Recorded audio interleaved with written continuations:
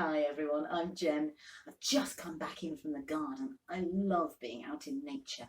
I love digging my vegetable patch. I love watering and sowing and weeding and making sure that those little tiny seeds under the soil have exactly what they need to grow and thrive and flourish and become beautiful fruit and vegetables and flowers. And I think that probably comes from being brought up as the child of a fruit shop owner. That's right, my mum and dad owned the local fruit shop in the village, and their mum and dad owned it before them, and their mum and dad owned it before them. It's been in our family for years. So I love working in the fruit shop. It's not just a fruit shop. It seems to be the centre of the village. People seem to come into our shop just to chat, to catch up on the local gossip, to find out who's been doing what to who and what surprises might be in store and what's going on in the village next door. Everything seems to happen. Anything that seems to happen happens through the doors of our shop. I'm so lucky. I don't have to go anywhere. I just stand behind the counter and everything and all the news and all the gossip comes to me. Well, last week, I was the source of the gossip. I was the news. The fruit shop was the news. Usually, on a Wednesday afternoon, like this afternoon, I get out in the garden and I dig and I sow and I plant and I weed and I tend all my lovely fruit and vegetables. And that's because usually on a Wednesday afternoon, the fruit shop is shut. See, my mum and dad were clever. They knew that having a life is equally important as doing lots of work. So they kept the old custom, the old ways of shutting on a Wednesday afternoon.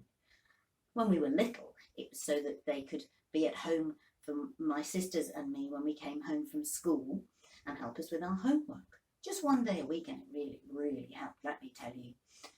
And as we grew up, it became just a routine, things that we always did. So Wednesday afternoon, half day closing. Well, last Wednesday afternoon, I needed to do something that I thought I would never, ever have to do. I needed to be in the shop on Wednesday afternoon. That's how I discovered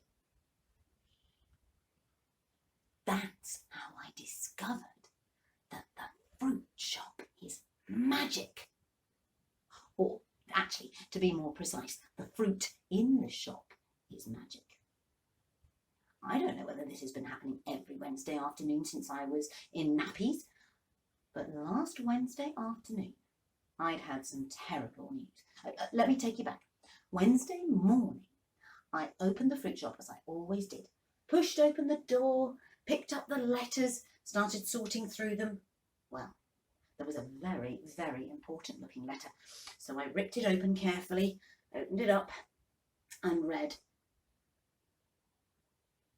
It was from a supermarket chain.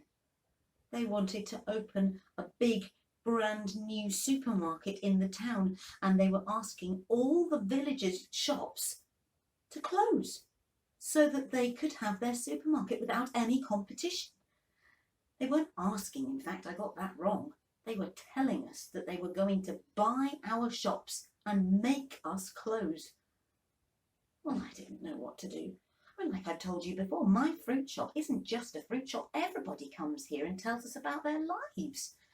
I couldn't take that away from the villagers, not for any amount of money. And actually, they weren't offering nearly enough. So last Wednesday afternoon, there I was in the shop with my head in my hands, worrying what I was going to do. And I was huffing and puffing and sighing and panting and when I could have sworn I heard something. What's the matter?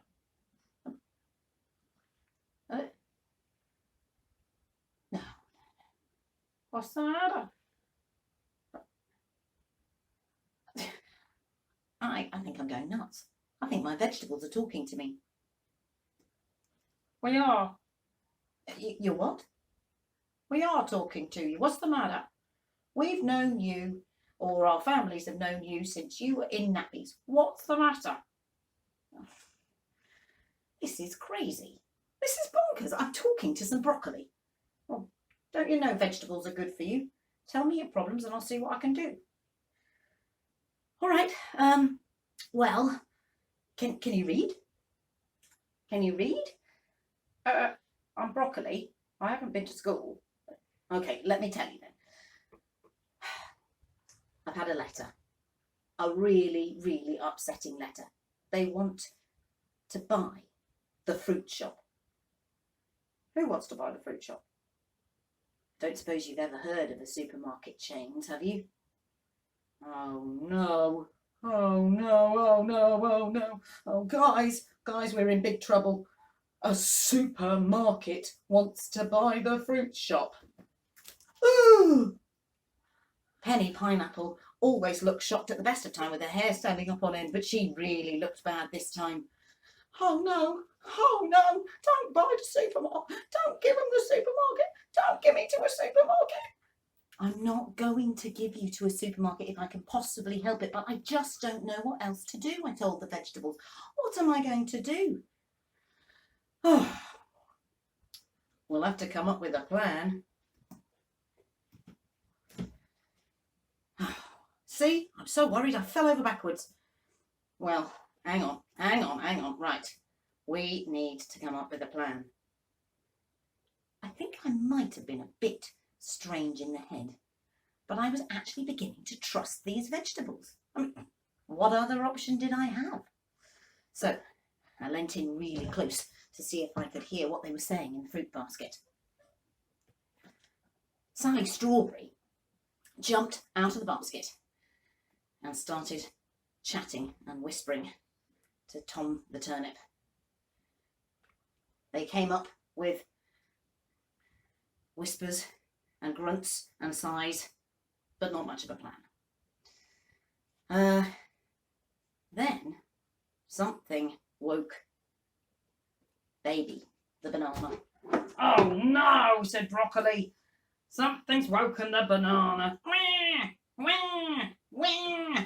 There, baby banana. There. Wah, wah. Wait a minute. Hang on. Hey, watermelon! Hey! Baby's learned to talk! Baby's learned to talk? Baby's learned to talk? Oh my goodness. This is the most exciting day. Guys, yes, it is very exciting that Baby's learned to talk, but... Wait a minute. I'm trying to tell you something. Banana? Yeah, I'm trying to. I've been trying to tell you for ages. Wait a minute. I've got a plan. You've what? I've got a plan. Well, the next thing I know, having a banana in a coat is weird enough, but watching a banana take a coat off is even more weird.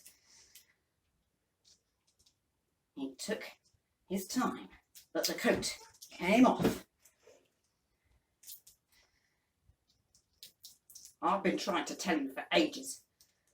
The next thing I know, Banana's got something that looks a little bit like a superhero cape flying out the back of him.